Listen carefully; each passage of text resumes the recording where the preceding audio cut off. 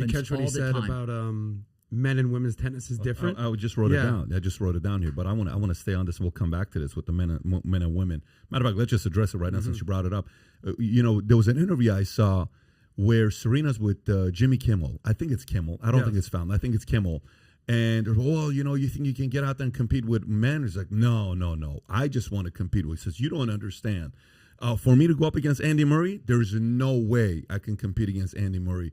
It's a very different game. The muscles are different. And she just unpacks it for Jimmy. And Jimmy's kind of like not wanting to hear that message because Jimmy wants to say, women can go out there and compete with men. For somebody who's coached both sides, what do you think about what Serena said? Do you agree with her that it's very, very different to have a woman compete against a man? Because she said it was a different sport. Yeah, no, the way she said, I would lose 6-0. If you want to put the story up, John, I would lose 6-0, 6-0 in 5 minutes.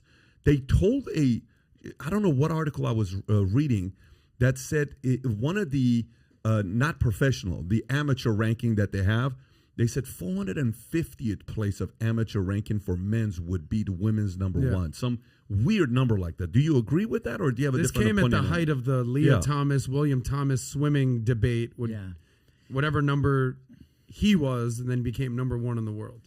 Anyway, your thoughts? Tennis is, that's kind of tricky, but I agree 100% with Serena. She's right, and when she's saying it, she's coming from fact. She, it wouldn't be 5 minutes. It would be longer than that. And she might scrape a game or two if she popped a few serves into the corner.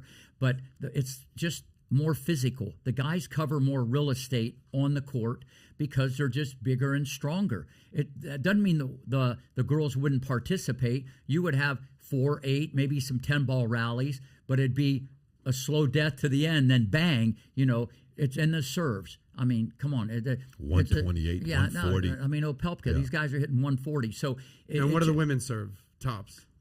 They can go into the 120, but the guys are, and let's say at the corner, it's coming back. It's just, you're talking 140 versus 120 max speed. Yeah, but it's not even the serve. I mean, you still got to get it in, and you're only serving half the match. So it's I don't want to say it's a different sport because listen, the women are amazing.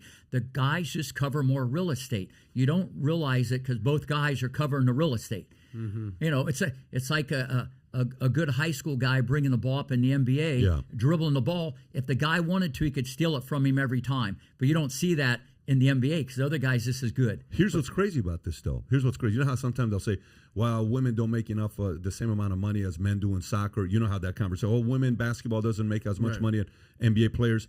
I am completely okay watching women's tennis.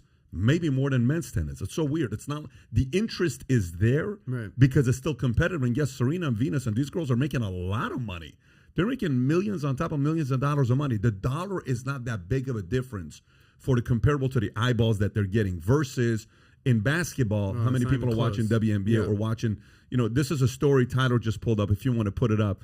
FC Dallas under 15 boys squad beat the U.S. women's national team in a scrimmage.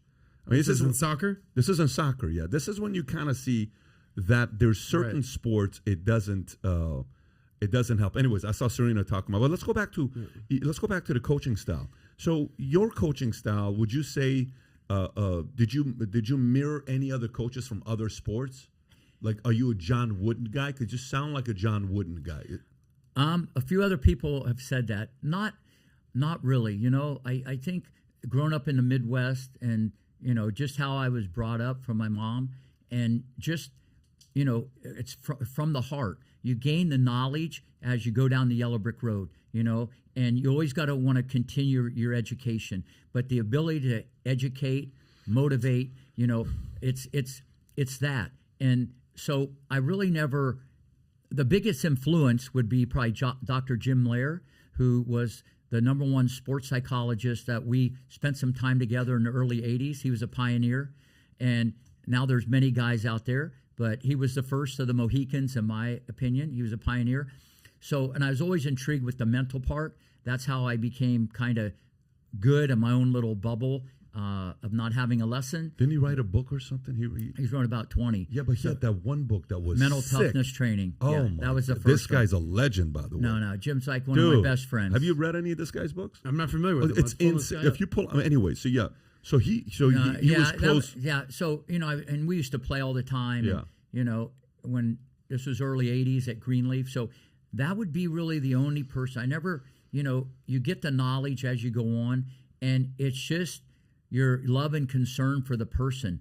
And when you see the movie, it comes across loud and clear how Bernthal played me. Even though his mustache looked like a shrubbery, I had this little piece of astroturf that took me 30 years to grow.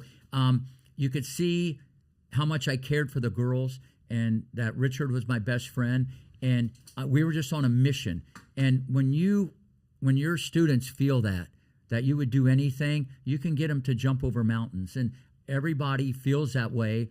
When I'm on the court with them, it doesn't matter. It's just the way I'm wired. That's all. If you enjoyed this short clip, click over here to watch another short clip. And if you want to watch the entire episode, the entire podcast, click here.